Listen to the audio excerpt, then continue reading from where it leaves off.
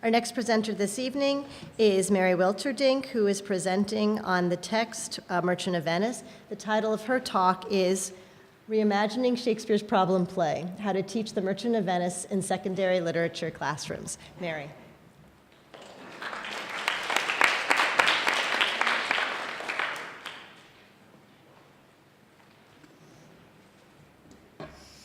Good evening. For anyone who might be unfamiliar with this play, although I am aware that I'm in a room full of English majors, it is a comedy in which the villain, Shylock, is a Jewish man who is portrayed in a highly anti-Semitic fashion. Prior to the 1950s, The Merchant of Venice was regularly taught to high school students. However, in the aftermath of World War II, it gradually disappeared from high school classrooms. Educators are understandably reluctant to choose a play with such anti-Semitic overtones when there are plenty of more lighthearted, less controversial Shakespeare comedies that they can choose instead. Common Core state standards require only that high school students read one Shakespeare play by the completion of grade 12. The choice of play is left up to individual educators and school districts. However, the Common Core recommends Macbeth and Hamlet.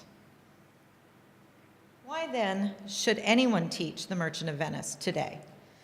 I believe that rather than being too problematic, this play has much to offer 21st century students. First, it is an excellent exemplar of Shakespearean comedy. Students who study this play will learn all about comic structure, plot devices, tropes, and character types.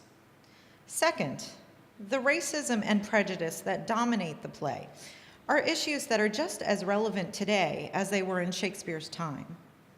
Social justice issues, like racism, do not vanish when ignored.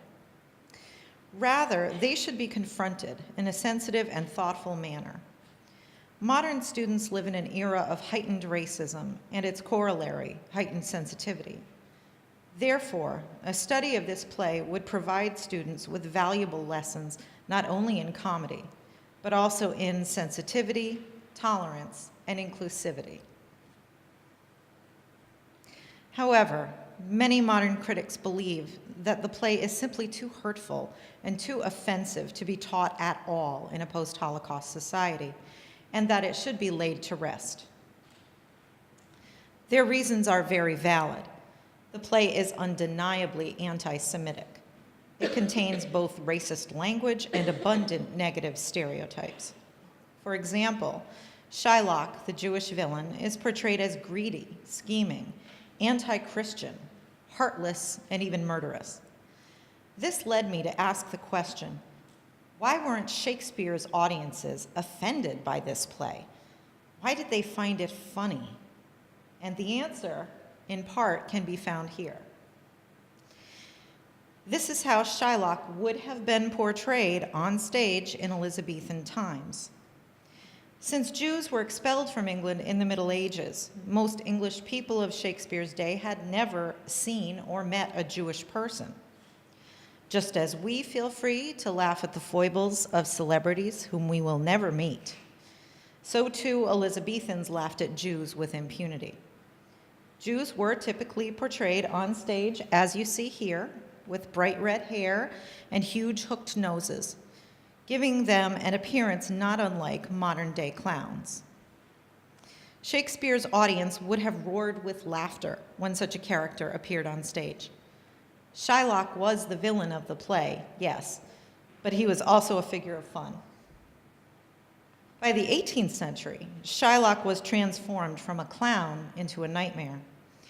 Here you see Irish actor Charles Macklin in a flattering contemporary portrait on the left, and on the right is the same man in costume as Shylock. Macklin became famous for playing Shylock as a dark, almost demonic villain who terrified his audiences.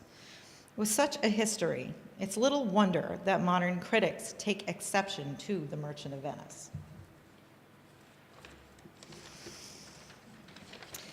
One such critic was the late Rabbi Leon Klinicki, the director of Jewish-Christian relations for the Anti-Defamation League.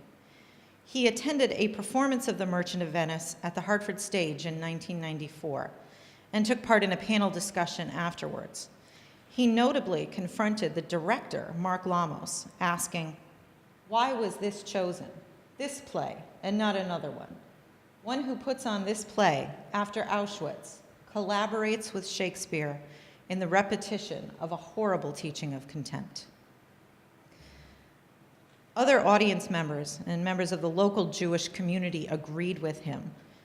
Muriel Fleischman was one who was quoted in the Hartford Courant as saying that she found the choice of play to be a painful one.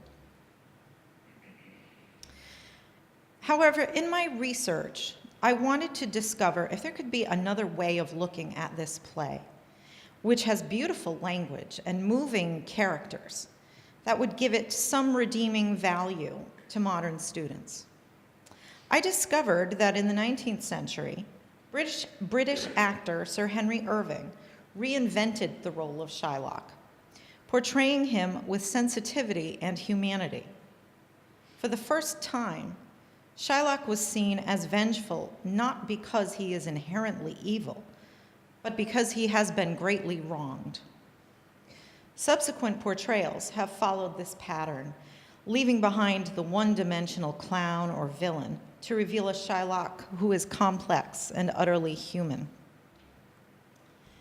Yale professor and noted author and literary critic Harold Bloom supports the view that The Merchant of Venice should return to the high school curriculum. He writes, "Every time I have taught the play, many of my most sensitive and intelligent students become very unhappy when I begin with the observation that it is anti-Semitic. However, I do believe the play should stay in the curriculum and be taught with sensitivity to and awareness of the Holocaust, to allow students more opportunities to take something meaningful and relevant away from the text."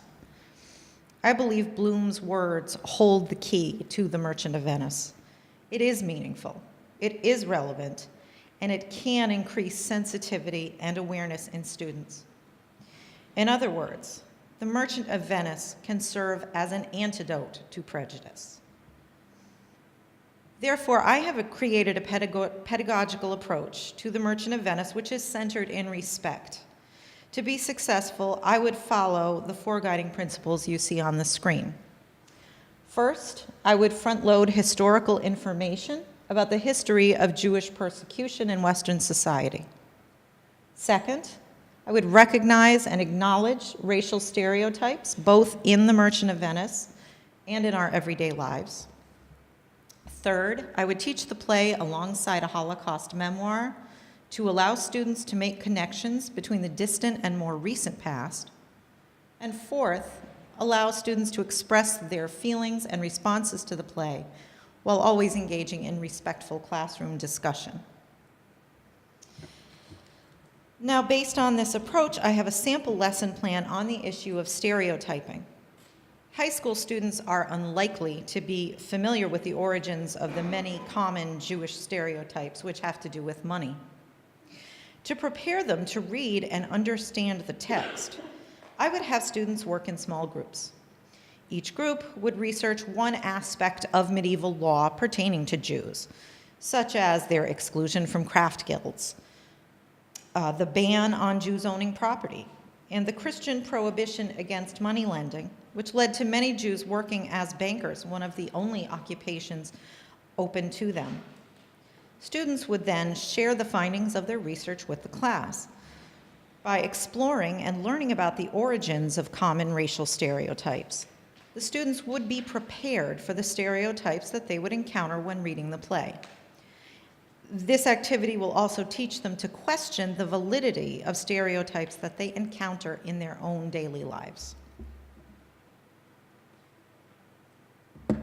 Students would then proceed to read Act 1. And as a result of their research, quotes like the one on the screen would begin to make sense to them. "You call me misbeliever, cutthroat dog, and spet upon my Jewish gabardine, and all for use of that which is mine own. Well then, it now appears you need my help." Students reading this would be in a position to identify and comprehend the many negative Jewish stereotypes that are introduced. Historical references to laws and customs will make sense because students will be able to place them in context. In conclusion, I believe that the time has come for the Merchant of Venice to return to secondary classrooms. 21st century students are confronted with racism and prejudice every day, on the news, in social media, and in their neighborhoods and schools. An FBI report from late 2018 stated that incidents of racially motivated violence and other forms of hate crimes in the United States have increased by 20% every year since 2016. So this problem is growing. It is not going away.